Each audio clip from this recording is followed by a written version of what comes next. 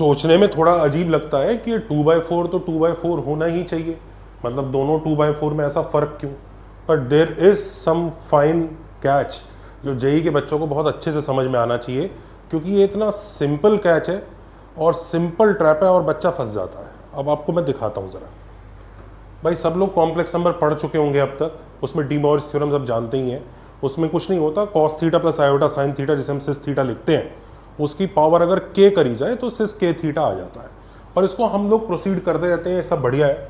पर एक्चुअली ये ना एक इनकम्प्लीट पिक्चर है। क्योंकि ये इनकम्प्लीट क्यों है? क्योंकि ये के इंटीजर्स के लिए वैलिड है।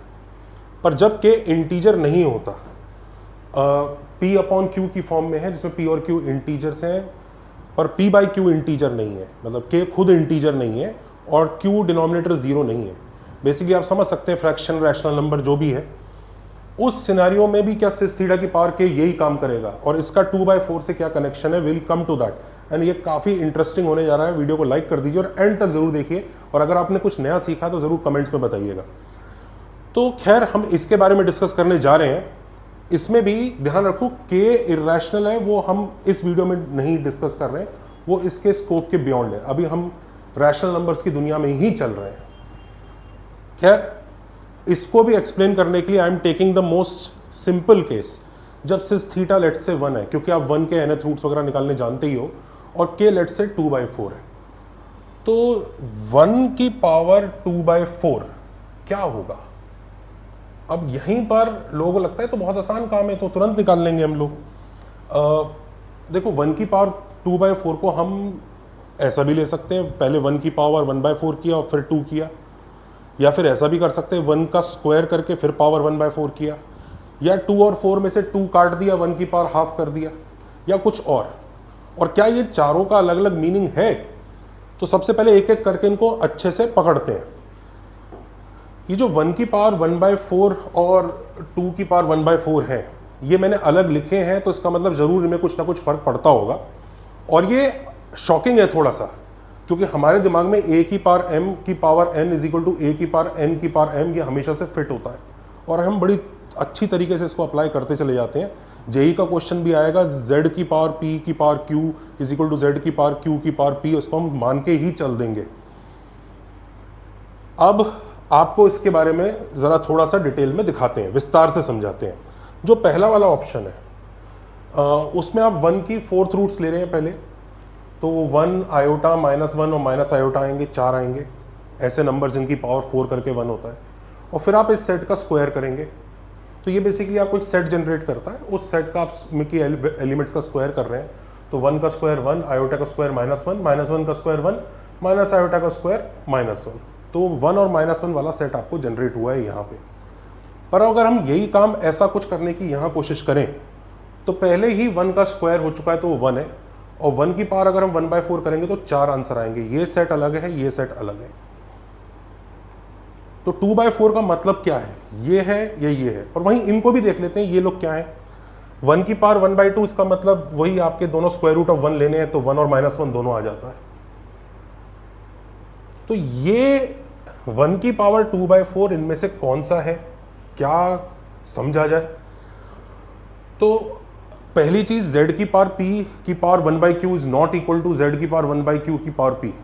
और क्या ये हमेशा ही अनइक्वल है? क्या ये कभी इक्वल हो नहीं सकते? मतलब मैंने आपको अनइक्वल वाला एक एग्जांपल तो दिखाई दिया, जो पहले दो केसेस अनइक्वल हैं, तो क्या ये हमेशा ही अनइक्वल है? ये इक्वल हो ही नहीं सकते? तो जैसे मैं आपको एक और एग्जांपल दिखाता हूँ, 1 की पावर 4/9 देखते हैं, जिसमें पहले ऑप्शन में पहले 1/9 रूट लेंगे और फिर पावर 4 करेंगे, दूसरे ऑप्शन में पहले पावर 4 कर देंगे फिर 1/9 करेंगे। तो जैसे ही अगर हमने ये काम किया, तो 1 की पावर 1/9 मतलब 9th रूट्स ऑफ यूनिटी, जिसमें alpha is sis 40 degree, E wrist पर आयोटा 2π/9 और अल्फा की पावर 9 1 होगा। तो ये अंदर ही ये वाला सेट जनरेट हो जाएगा, 1 alpha alpha square till alpha की पावर 8, ये सब आप जानते हैं। और अब हम इसका पावर 4 करेंगे। जब हम इसका पावर 4 करेंगे तो सबकी पावर 4 हो जाएगी। तो ये 1 की पावर 1, अल्फा की पावर 4, अल्फा की पावर 8, अल्फा क्यूब की पावर 12, अल्फा 8 की पावर अल्फा की पावर 32। और अब हम इसकी हेल्प से इसको थोड़ा सा रिड्यूस कर सकते हैं, देखते हैं क्या क्या आंसर्स आए हैं। तो आप समझ सकते हैं 1 अल्फा की पावर 4, अल्फा की पावर 8, अल्फा की पावर 12 विल बिकम अल्फा की पावर 3, अल्फा की पावर 16 अल्फा की पावर 7 हो जाएगा, अल्फा की पावर 20 अल्फा स्क्वायर हो जाएगा। क्यों? अल्फा की पावर 20 इज अल्फा की power 18 into alpha square.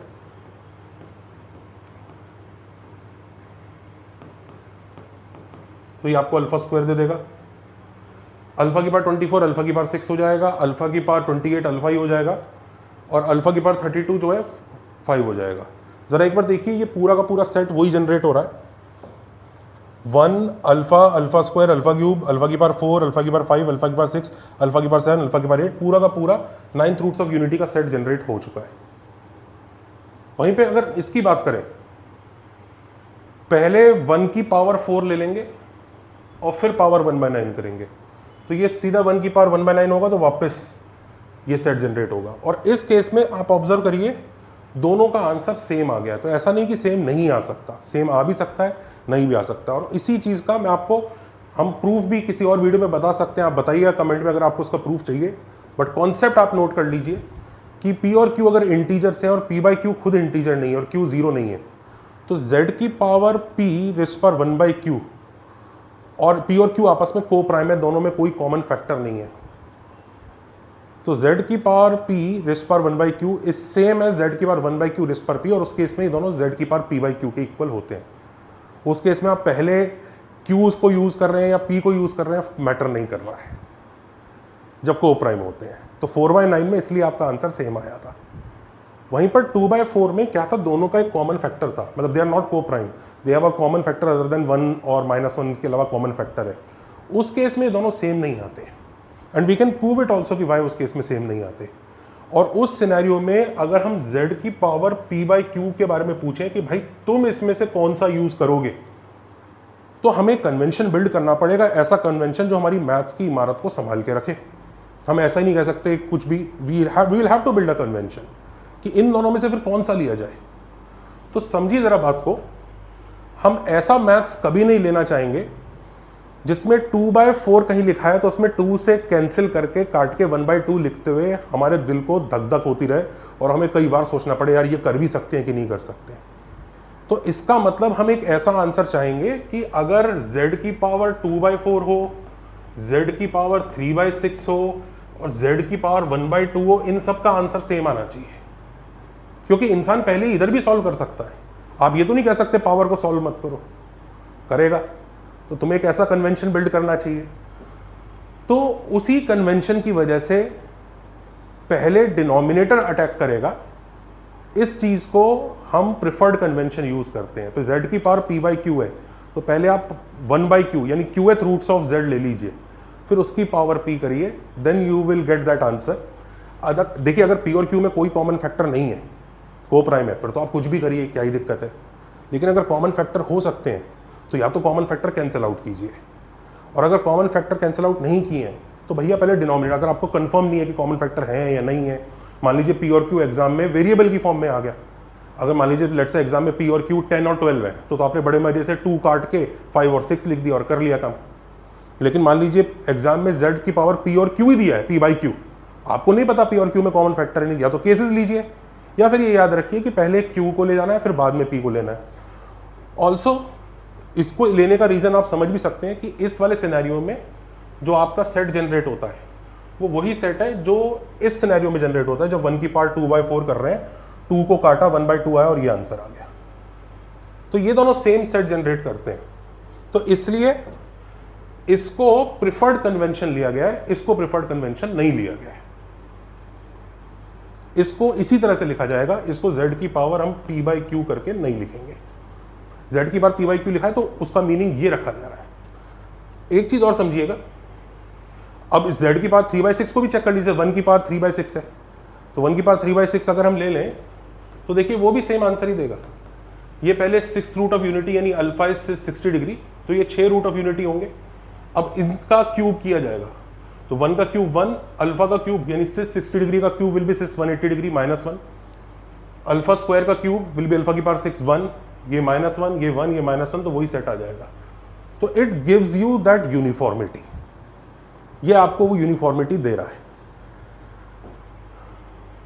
Also इसमें एक चीज और ध्यान रखिए, अगर मान लो कभी आपको Z की power P/Q is equal to Z0 हो और आपको पता नहीं P और Q क्या है, मान लीजिए अननोन ही है, अब आपको इस इक्वेशन को सॉल्व करने के लिए ये इधर लेके जाना है। तो ध्यान रखिए, क्योंकि इसमें पहले 1/q है, बाद में p है, तो जब आप इसको उतारेंगे भी तो पहले 1/p उतरेगा, फिर बाद में 1/q। कई बच्चे ऑर्डर मैटर करेगा, मतलब जो बाद में चढ़ा हुआ है वो पहले इधर जाएगा और फिर दूसरा वाला इधर जाएगा। कई बच्चे ऐसा कर सकते हैं, ये कर लें,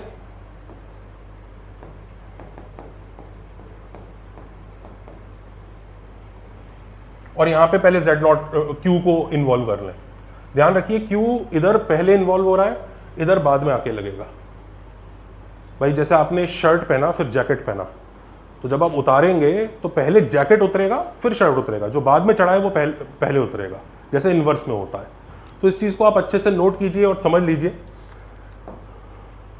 अब आज का वीडियो हमने कई दिनों बाद बनाया है, और आज के वीडियो में मैं थोड़ा सा अपने दिल की बात कहना चाहता हूँ। नया साल है, हैप्पी न्यू ईयर एक तो आप सबको।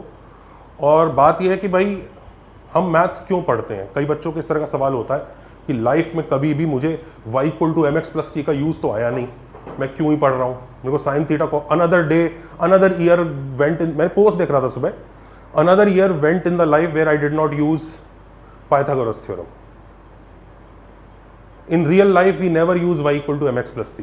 Now, these students do not understand, these meme creators do not understand कि आप कितनी बचकानी बात कर रहे हैं।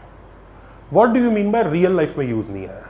आप रियल लाइफ डिफाइन कीजिए। अगर आपकी रियल लाइफ ऐसी है कि आपको बस कुछ नहीं है, बस में जाना है, बस कंडक्टर को पैसे देने हैं, या ऑटो में जाना है, ऑटो वाले को पैसे देने हैं, बस यही रियल लाइफ है, तो फिर ऑफ कोर्स जब आप किसी ऑटो से उतर रहे होंगे और आपका पैसा 20 रुपया हुआ, वो ये नहीं कहेगा कि मेरे को ना x² का डेरिवेटिव x = 10 पे जितना आता है उतने रुपीस दे दो। ऑटो वाला ये कभी नहीं कहेगा। तो रियल लाइफ में, उस रियल लाइफ में आपको कोई ज़रूरत नहीं है। पर रियल लाइफ आपकी कौन सी रियल लाइफ है, ये आपको खुद डिसाइड करना होता है। आपको डिसाइड करना होता है कि भाई मेरी रियल लाइफ वो होगी जब मैं चीज़ें इन्वेंट कर रहा हूँ, या फिर मेरी रियल लाइफ वो है कि मैं उन चीज़ों का इस्तेमाल कर रहा हूँ। आप लोग इस वीडियो को मोबाइल फ़ोन पे देख रहे हैं, आपको क्या लगता है कि आपका जो बेजियर कर्व से आप जो चीज़ें, जो उंगली चला रहे हैं मोबाइल पे, जो कर्व्स ड्रॉ कर रहे हैं उस पर, उसमें स्ट्रेट लाइन का यूज़ नहीं आ रहा होगा, उसमें पाइथागोरस थ्योरम का यूज़ नहीं होगा उसको क्रिएट करते वक्त? बिल्कुल होगा। वो आप नहीं कर रहे हैं क्योंकि आप उस मोबाइल फ़ोन को बस इस्तेमाल कर रहे हैं। जिसने बनाया उसने वो सारी इक्वेशंस डाली होंगी। तो मैथ्स आपको वो ताकत देता है कि आप क्रिएटर बने। पर अगर आप ये सोचते हैं कि नहीं ये मेरी लाइफ में कब यूज आएगा, भाई अगर आपको लाइफ वही करनी है बस कंडक्टर वाली, तो हाँ ठीक है, फिर तो क्या है, जोड़ घटाना बाकी है।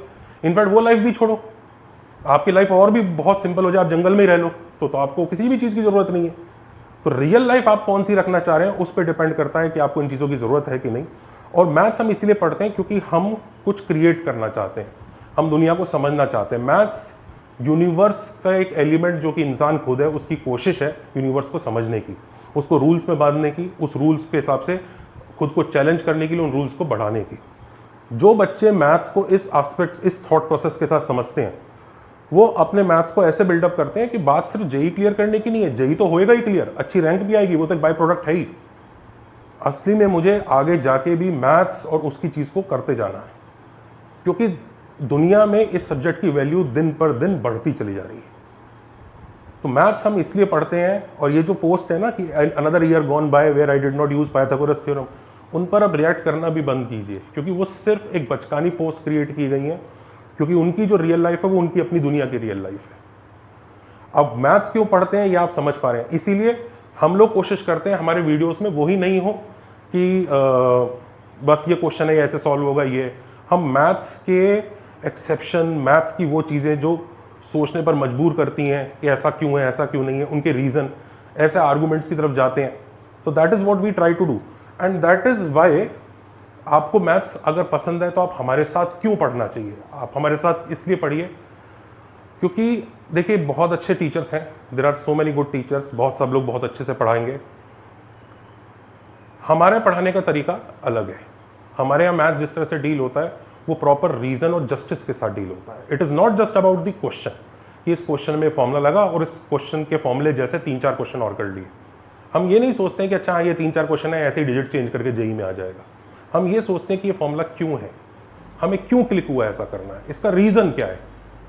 अगर हम भूल गए तो एग्जाम में क्या करेंगे। तो जो बच्चे मुझसे पढ़ रहे हैं वो जानते हैं कि हम लोग मैथ्स को इसी डेप्थ के साथ डील करते हैं।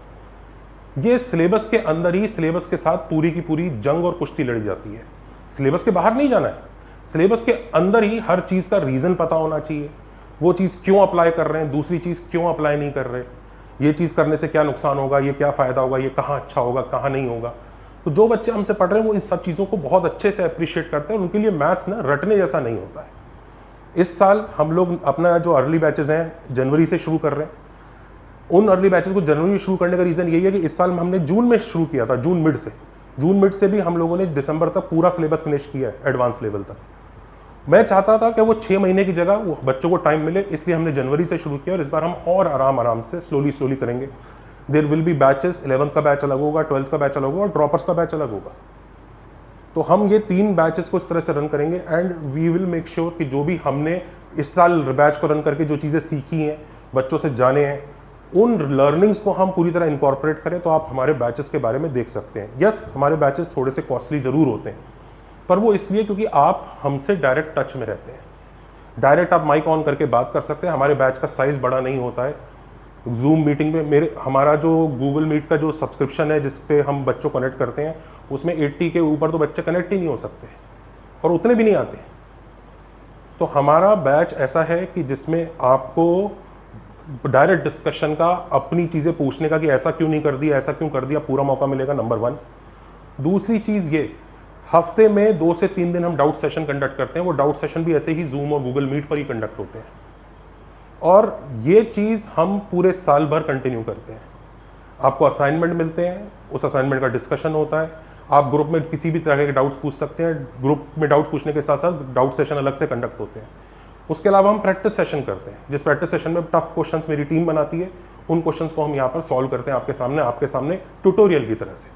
ये कंप्लीट, जो कि ऑफलाइन में भी कई बार नहीं होता, हम उस तरह का ट्रीटमेंट हम बच्चे को देते हैं। और ये ट्रीटमेंट सिर्फ मैथ्स में ही नहीं, हम तीनों सब्जेक्ट्स में लेके आ रहे हैं। आपने हमारे चैनल पर केमिस्ट्री के लेक्चर्स देख लिए हैं, आपको उनकी क्वालिटी समझ में आ गई है।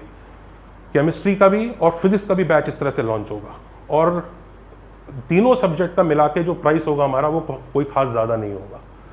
तो अगर आपको सब्जेक्ट्स इसी थॉट प्रोसेस के साथ कि बात सिर्फ रटने की या उस क्वेश्चन को करने की नहीं है, it is many teachers are teaching very good, लेकिन अगर आपको लगता है कि that there is a teaching जो बस उस क्वेश्चन को कैसे करना है उसकी बात हो रही है, या फिर एक टीचिंग वो है हम ये क्यों सोच रहे हैं, ये थॉट प्रोसेस क्यों आया, ये फॉर्मूला क्यों बनाया गया, पुराने से क्यों नहीं हो सकता था, मैंने क्या गलती कर दी, इसमें क्या ट्रैप है, इसमें क्यों फंस रहे हैं हम लोग, इस तरह की थॉट प्रोसेस अगर आपकी है तो आप हमारे बैच को ज़रूर देखिएगा, फिजिक्स, केमिस्ट्री, मैथ तीनों में। ऑल्सो अगर आपको कोई टीचर्स ऐसे ऑलरेडी मिल गए हैं जिनके साथ आप खुश हैं, तो then you should look at our platform अकेडजा दोस्त। वो बहुत अच्छा प्लेटफॉर्म है, बच्चे जो यूज़ कर रहे हैं उससे बहुत खुश हैं। अभी जेई आ रहा है तो जेई से पहले कितने सारे बच्चे उसमें अपने आप इम्प्रूवमेंट कर रहे हैं। वो प्लेटफॉर्म आपको आपकी सेल्फ स्टडी में जो अपलिफ्टमेंट देगा वो कोई और नहीं दे सकता। आपको टीचर ने पढ़ाया, टीचर से पढ़ाने के बाद आपने किया और करने के बाद अब आपको लग रहा है टेस्ट आ रहा है उसमें अच्छे मार्क्स आने चाहिए, आप तुरंत अकेडजा पर गए और अपने आप को अकेडजा की हेल्प से इम्प्रूव किया। तो टीचर की ने जो आपके ऊपर एफर्ट डाला है और जो आपने डाला है, उस एफर्ट का आपका आउटपुट और बेटर आएगा। आप पता है अपने डेंजर एरियाज ढूंढ सकते हैं कि मैं कौन सी जगह ज़्यादा गड़बड़ कर रहा हूँ, और वो गड़बड़ आपको एग्जाम में ना पता चले, इससे पहले अकेडजा पे पता लग जाएगी। तो एक बार सब बच्चे अकेडजा दोस्त प्लेटफॉर्म को भी चेकआउट करें, हमारे कोर्सेज को भी चेकआउट करें। एंड काफ़ी दिनों बाद वीडियो बनाया है, बीच में काफ़ी टाइम रह गया, तो उसके लिए मैं आप सब क्षमा चाहता हूँ। थोड़ा सपोर्ट कीजिए बच्चों, पूरी कोशिश जारी है। एक रिवीजन का प्लान भी मैं लाने वाला हूँ, क्लास 11th का रिवीजन, और जो रिवीजन होगा सब बच्चे उसको ज्वाइन कर सकते हैं। इनफैक्ट जो हमारे यूट्यूब वाले बच्चे भी हैं वो भी आके ज्वाइन कर सकते हैं उसको, और फिर वही अल्टीमेटली हमारा जो बैच है उसमें प्रोसीड कर जाएगा। तो एक बार ज़रा कमेंट में बताइए कि आपको और क्या क्या रिक्वायरमेंट है। We want to deliver the best इस न्यू ईयर, मैं ये प्रॉमिस करता हूँ। इस न्यू ईयर बच्चों आप लोगों ने मुझे बहुत कुछ दिया है। हमारा चैनल 3-4 हज़ार सब्सक्राइबर पे था साल के शुरू होने में, और हमारे चैनल पे हमने ये कोशिश की कि क्वालिटी कंटेंट डाला जाए, ऐसा कंटेंट जिसे समझने के लिए भी बच्चे को मैथ्स आना चाहिए। तो हमें लगता था कि कोई देखेगा भी नहीं, लेकिन हमने कोशिश की, मेहनत की, और आप लोगों ने सपोर्ट किया। और आप लोगों के सपोर्ट का मुझे पूरा दिल से एक रियलाइजेशन है कि मैं एक लकी इंसान हूँ जिसे ये सपोर्ट मिला है। और thank you for the support. इस साल मैं आपको थैंक यू देना चाहता हूँ, यही सपोर्ट बनाए रखिएगा। चलिए, take care and bye bye.